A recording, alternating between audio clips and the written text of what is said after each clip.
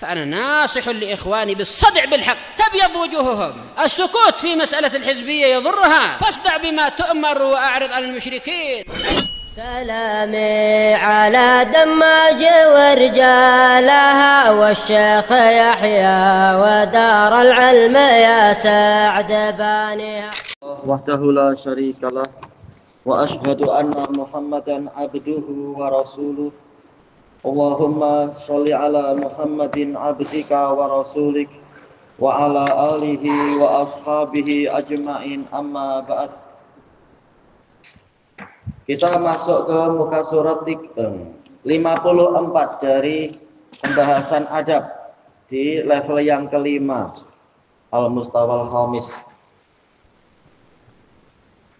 Qala al-muallifu hafizahullahu ta'ala,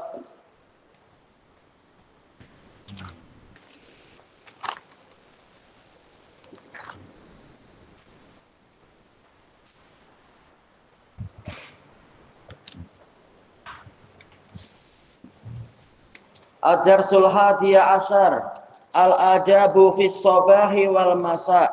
Adab yang ke-11, pelajaran ke-11 adalah adab-adab di waktu pagi dan petang. Qal al-muhafazatu ala sholawati fi waqtiha, yaitu memelihara salat-salat pada waktunya. Qala Allah Ta'ala, inna sholata kanat 'alal mu'minina kitaban mawquta. Sesungguhnya salat itu yaitu kitaban 'alal mu'minin, yaitu sebagai kewajiban atas kaum mukminin. Mauqutan, yaitu muhaddadan awqatuha, telah ditetapkan waktu-waktunya. Padahal ayat ini datang setelah membicarakan apa? Fa in khiftum farijalan aw rukbana. Kalau kalian dalam situasi takut, tetap kalian mengerjakan sholat, walaupun dengan berjalan kaki ataukah dengan berkendara. Tetap dalam situasi takut, tetap sholat. Bagaimana dalam situasi yang tidak takut? Menunjukkan dalam situasi aman, lebih layak lagi, lebih wajib lagi untuk kaum muslimin memelihara sholat pada waktunya. Karena telah ditentukan waktunya oleh Allah Ta'ala. Kemudian wa an ibni Umar radhiyallahu anhuma anna Rasulullah sallallahu alaihi wasallam qala alladzi tafutuhu salatul asr, orang yang luput darinya salat asar, ka'annama wutira ahlahu wa malah, muttafaqun alaih, seakan-akan dia itu kehilangan keluarga dan hartanya. Padahal di masa lampau orang-orang sangat membanggakan banyaknya harta, banyaknya anak-anak. Maka Allah Ta'ala mengajak mereka bicara dengan sesuatu yang mereka banggakan, yaitu harta dan anak-anak. Ternyata orang yang luput darinya sholat asar, sengaja meninggalkan sholat asar, bukan hanya kehilangan harta dan anak-anak, bahkan apa? Istri juga. Karena ahl, sebagaimana yang telah kita lewati di dalam daras petang, asalnya adalah yaitu istri dan anak-anak. Bukan hanya sekedar anak, tapi juga istri juga. Maka ini menunjukkan kerugian yang teramat besar. Orang yang sengaja tidak sholat asar, maka seakan-akan keluarganya hilang dan hartanya lenyap. Padahal dua perkara itu yang secara umum paling disukai manusia di dalam kehidupannya itu. Allah Ta'ala telah berfirman, zuyyina lin-nasi hubbus syahawati minan nisa'i wal banin wal qanatiril muqantarati minadz zahabi wal fiddah, dan seterusnya. Telah dijadikan indah untuk manusia kecintaan dan keinginan kepada para wanita dan juga pada anak-anak lelaki, dan pada harta benda yang banyak yang berupa emas dan perak. Ini memang fitrah manusia, sangat menyukai perkara-perkara tadi. Ternyata kalau orang sampai tidak sholat asar, maka hukumannya adalah seakan-akan dia kehilangan dua jenis perkara yang paling dia sukai itu di dalam kehidupan dunia. Tapi kenapa rela untuk tidak sholat asar, rela untuk meninggalkan sholat asar? Ya karena hukumannya masih bersifat maknawi. Nanti setelah di alam kubur dan nanti setelah hari kiamat baru dia tahu betapa besarnya kerugian itu. Di dunia mungkin belum terasa karena hatinya sudah terbiasa ditutupi oleh dosa, kehilangan basirah, kehilangan mata hati, sehingga dia tidak merasa sedih dengan dosa-dosa yang ada dan tidak merasa fitrahnya itu rusak dengan sebab dosa-dosa yang banyak dan seterusnya, tidak merasa fitrahnya menderita. Tapi orang yang mata hatinya sangat tajam, yang firasatnya kuat, sekedar jatuh pada maksiat dia akan sedih, dia akan menderita, dia akan merasa rugi yang besar. Sehingga dengan itu dia mampu untuk segera bertaubat, mampu untuk segera mengejar ketertinggalan yang ada dan seterusnya. Tapi yang mata hatinya tumpul atau yang hatinya nyaris mati, dia tak tahu dirinya sudah parah penyakitnya, dia tidak tahu dirinya sudah bengkraf dan rugi besar, menyangka dirinya masih sejahtera. Disebutkan di sini wutira ahlahu wa malah faqadahum jami'an, yaitu dia kehilangan mereka semua. Ini menunjukkan orang yang berakal, yang fitrahnya masih bersih, dia tidak akan rela kehilangan perkara-perkara tadi, karena ini adalah termasuk perkara yang paling penting di dunia. Tidak sholat berarti apa? Kehilangan Allah. Tahu-tahu hukumannya apa? Keluarganya hilang, hartanya juga hilang. Lalu apa yang masih tersisa untuk dirinya? Ini adalah kerugian yang sangat besar.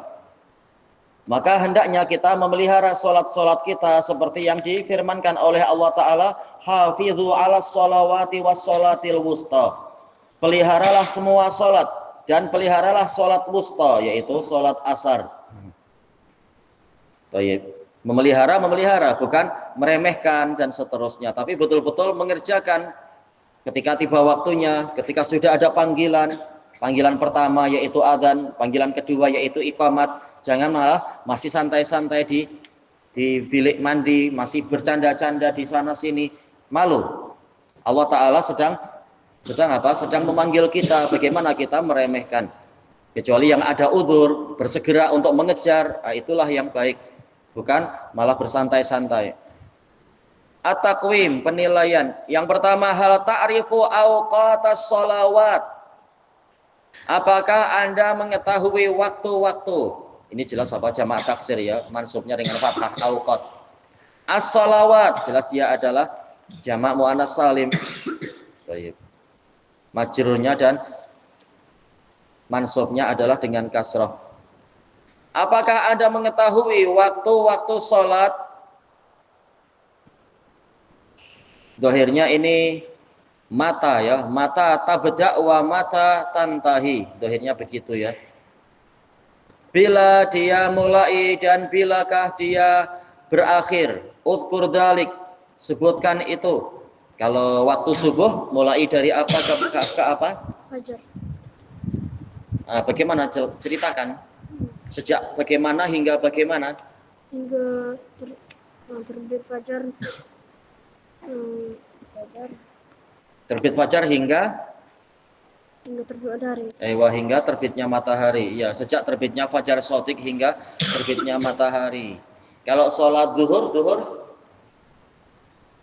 iya sejak matahari condong ke timur, ke barat hingga, iya bayang-bayang suatu benda sama panjang dengan benda tadi. Kalau asar, iya sejak bayang-bayang lebih panjang dari benda itu hingga 2 kali lipat untuk waktu ikhtiyari. Kalau waktu ittirari ma'ruf, yaitu hingga terbenam matahari waktu asar. Kalau apa yang belum maghrib terbenam matahari, hilangnya warna merah atau rona merah di ufuk barat itu apa? Maghrib. Kalau isya waktu sholat isya Sejak bila mundu mata waktu sholatil isya? Boleh explain. Waktu sholat isya atau siapa? Naim. Bila waktu sholat isya? Mata waktu sholatil isya?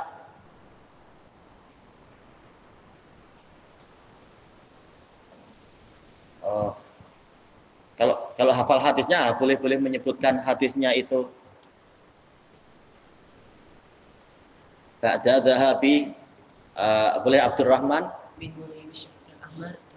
min maghrib atau min dhahabi asyafaqil ahmar, sejak hilangnya rona merah ila nisfil lail, hingga tengah malam. Ini waktu ikhtiari sholat isya. Waktu ittirarinya sehingga apa? Menjelang matahari terbit itu. Baik. Kemudian dikatakan di sini yang kedua, halil muslimi ayyusalliyal fajr. Apakah boleh muslim itu sholat fajar ba'da tulu'is syams, setelah terbitnya matahari? Muhammad mobil tak boleh. Hukum asalnya adalah tidak boleh. Adapun yang ada udzur itu pembahasan lain. Baik. Yang ketiga, limadza syuri'al adzan? Kenapa disyariatkan adzan? Likulli sholatin mafruḍah, untuk setiap sholat wajib. Apa tujuan adzan? Hikmahnya adzan apa? Iya, untuk memberitahu orang ini sudah masuk waktu sholat. Berarti kalau sudah ada adzan harusnya apa? Bersiap-siap, mungkin ke kamar mandi dulu, persiapan ini, persiapan itu. Bukan ada adzan malah tak kisah, masih apa, memilih tidur lagi, bismika Allahumma amut. Oh, itu salah. Nanti iqamat jadi lupa, jadi tak sadar. Iqamat malah sudah ada iqamat malah masih apa? Mimpi makan ini, mimpi makan itu. Tak betul. Tujuan adzan bukan untuk disia-siakan. Ini panggilan Allah Ta'ala, bukan malah diremehkan.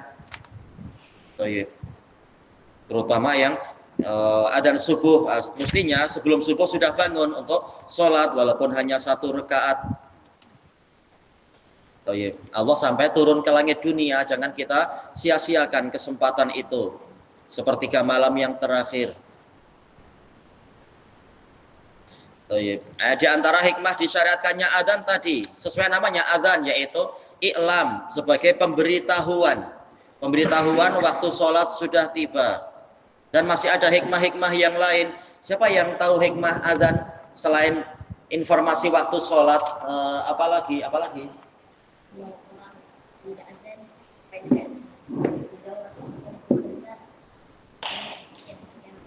Si boleh juga ya, hikmah adzan untuk muadzinnya adalah agar memiliki banyak saksi nanti di hari kiamat, mendapatkan rahmat dan seterusnya. Kok panjang?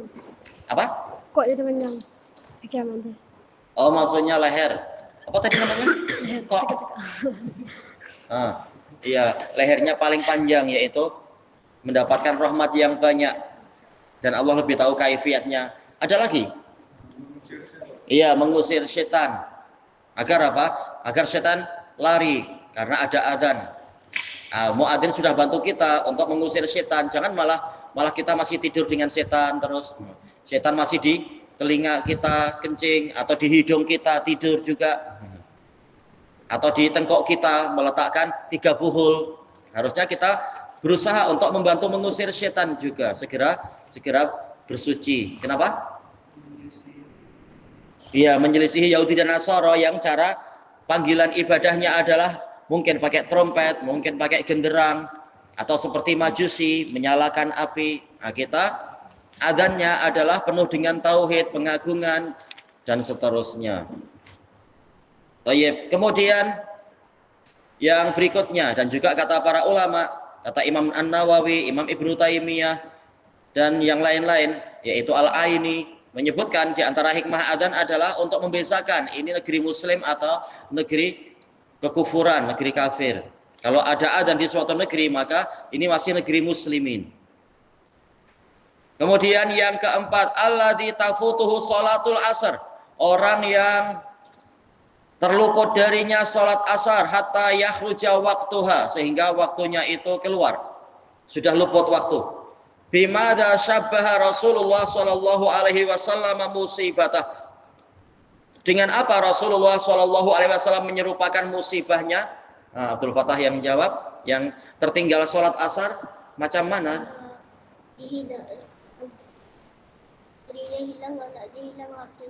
Tayyib. Kehilangan apa? Keluarga dan hartanya. Tayyib. Ilahuna wallahu a'lam.